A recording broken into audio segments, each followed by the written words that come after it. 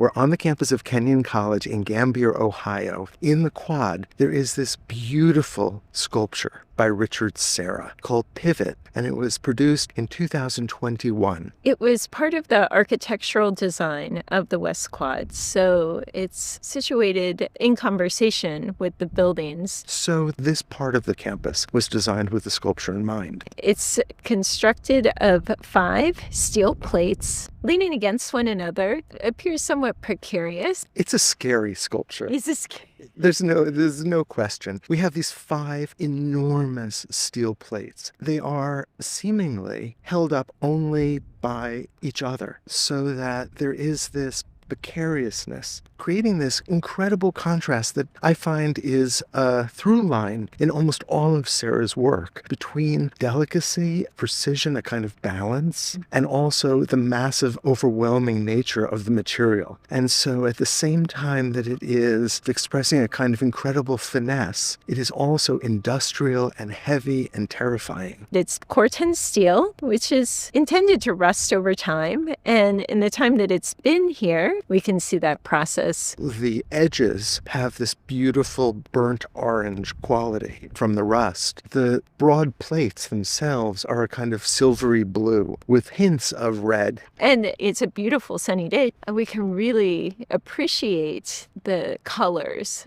And it seems to be such a large structure within this space, although it's not taller than any of the buildings. By design, it's intended to be in harmony. I think that's the ambivalence of Serra's sculpture, harmonizing the immensity, the heaviness of these steel plates with the rolling hills, with the natural landscape. Because each of the buildings is graduated with windows and therefore may clear their height, the sculpture, in contrast, has no breaks and so feels in some ways even taller than the structures because it feels continuous and we don't have those markers to help us understand its height. That sense of its grandeur is enhanced by the way that we're invited to approach it. According to the artist's design, we don't put any structural elements, no lights, nothing around this grass perimeter.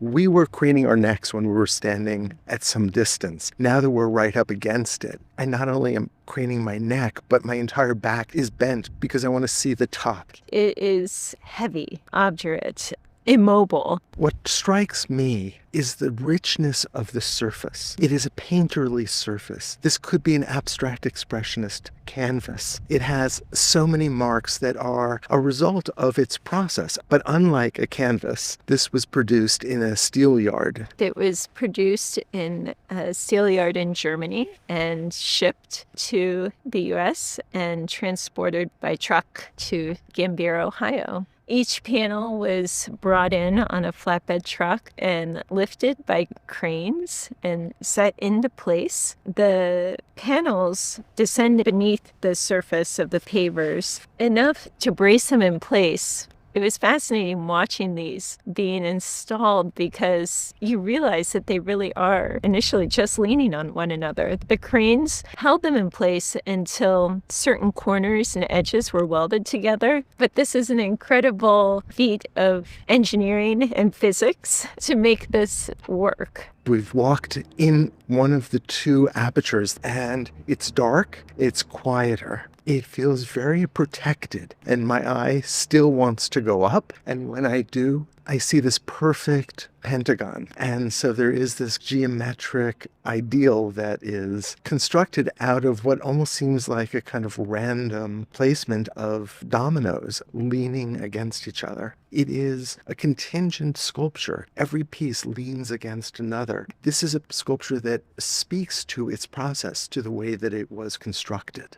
I think that it allows us to see the qualities of the landscape and of the surrounding space that are dynamic. It really articulates its surroundings in a way that allows us to see abstract form. Well, a moment ago, when we were standing outside, a cloud was passing beyond the top of the sculpture, and perceptually, it felt like the sculpture was moving, the cloud was static. And so there is this way in which it does interact with its immediate space and remains a really dynamic, in-process sculpture.